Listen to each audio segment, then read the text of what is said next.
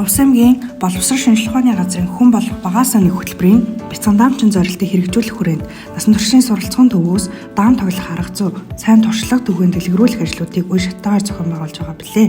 Энэ удаад Түргэн сумын сургуулийн хамт олон сургалтын менежер, даамын багш Сэрэлмаа болон сурагчид эцэг эхчүүдэд 2024 оны 2 дугаар сарын 22-наас 25-ны өдрүүдэд зохион байгууллаа.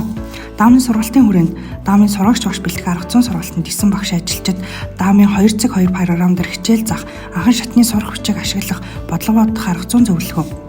Сургуулийн дотоод байрны сурагчдын дунд эрэгтэй эмэгтэй гэсэн хоёр ангиллаар даамын тэмцээнийг зохион байгуулахад 34 сурагч хамрагдаж аврагуудаар шалгаруулахад эрэгтэй ангиллалд 1-р байр Б ган тогтох, 2-р байр Э ган тогтох, 3-р байр М бат орших, 4-р байр П урт насан, эмэгтэй ангиллалд 1-р байр Б инхрэма, 2-р байр О туяа, 3-р байр А соёлмаа, 4-р байр Б уран чимэгнэр амжилт гаргалаа.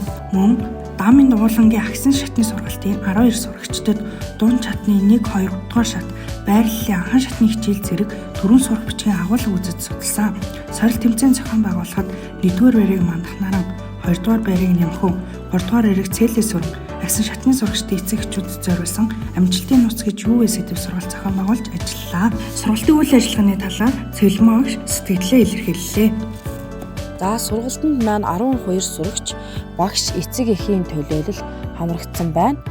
За бид бүхнийг аялын байр, сум орон нутагт хөгжих боломжийг олгож хамтран ажилласан тогт 2 захиралтай насан туршийн төвийн боловсролын хамт олон болон Ц Улаанхуй багштайд маш их баярлалаа.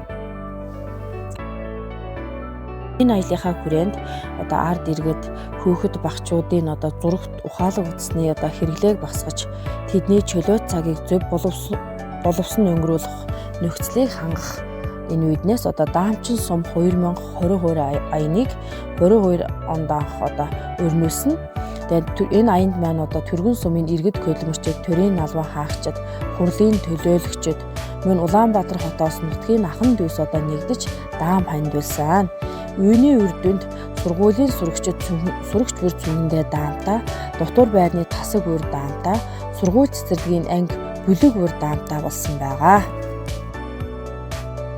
Аяны хүрээнд бид бүхэн сум орон нутаг сургуулийнхаа хэмжээнд маш олон төрлийн тэмцээн уралдааныг зохион явуулдаг болсон.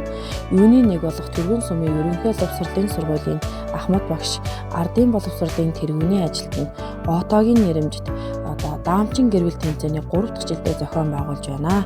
Уг тэмцээний зорилго нь гэр бүлийн орчинд даамын спортыг хөгжүүлэх зорилготой юм аа. Тэмцээнд нэг гэр бүлээс 3 гишүүн оролцдог. Тэмцээнийг Отоо багшийн маань хань жил үр хүүхдүүд ингэж ивент итгэж жил болгон явуулдаг. Мөн сургуулийн Ахмад ажилтнанд Б Ламхуу агсны нэрэмжит сургуулийн авраг шалгаруулах аврагын гараа 100 буудал даамын тэмцээнийг бас 3 дахь жилдээ зохион явуулж байна.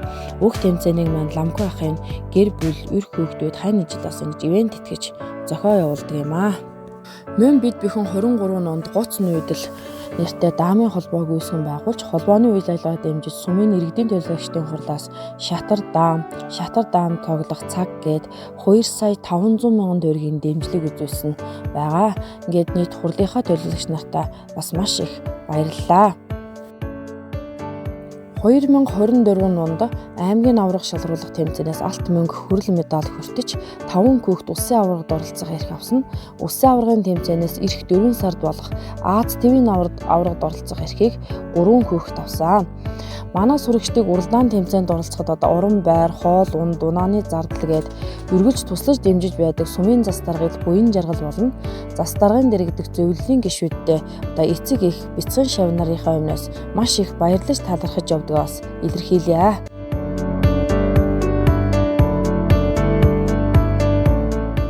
Даамчин сум аяны хүрээнд хамтран ажилласан Түргэн сумын иргэдийн төлөөлөгчдийн хурал, сургуулийн хамт олон сурагч эцэг эхчүүд та бүхэндээ баярлалаа.